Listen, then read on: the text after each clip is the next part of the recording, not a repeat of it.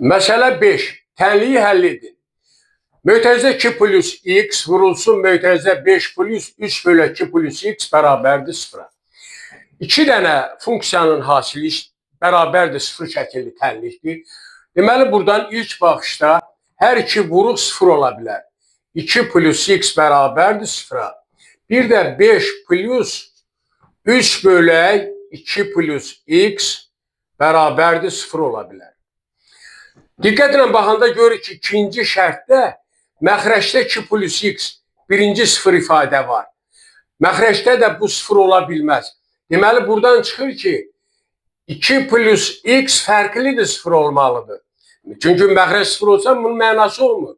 Deməli, 2 plus x-in 0-a bərabər olması ödənmədi və fərqlidir. Onda ikinci tənliyimizdən alırıq.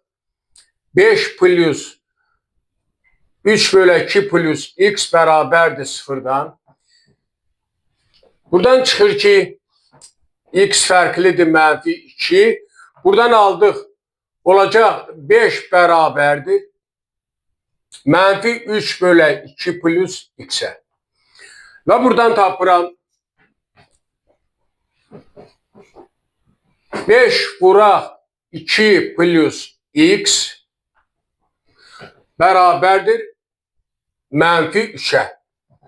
Aldım 10 üstəgəl 5x bərabərdir mənfi 3-ə. 5x bərabərdir, tapırıq 5x bərabərdir mənfi 13-ə. Və buradan da tapırıq x bərabərdir mənfi 13 bölək 5 mənfi 2 tam onda 6. Beləliklə, tələb olunan tənliyin kökü x bərabərdir mənfi 2 tam onda 6.